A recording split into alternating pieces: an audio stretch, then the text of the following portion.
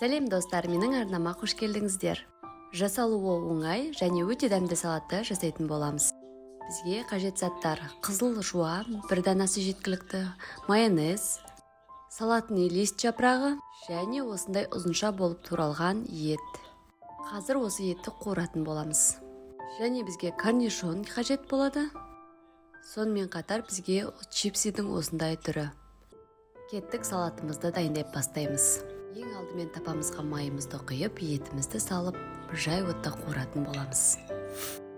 Біраз қуырылғаннан кейін етіміздің үстіне бір ас қасық сойбой соус құямыз.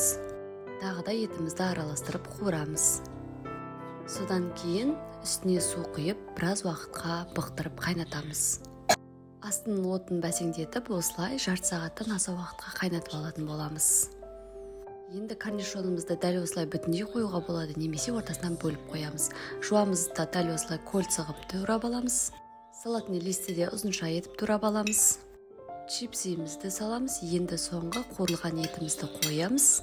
Міне біздің салатымыз дайын болып қалды. Ортасына майонезімізді құйып, дастарханға ұсынамыз. Дәмі өте керемет, ерекше, дайындалуы өте оңай салаттардың бірі. Сіздер де жасап көріңіздер, менің арнама тіркелуді ұмытпаңыздар. Керектеріңізге жарасын.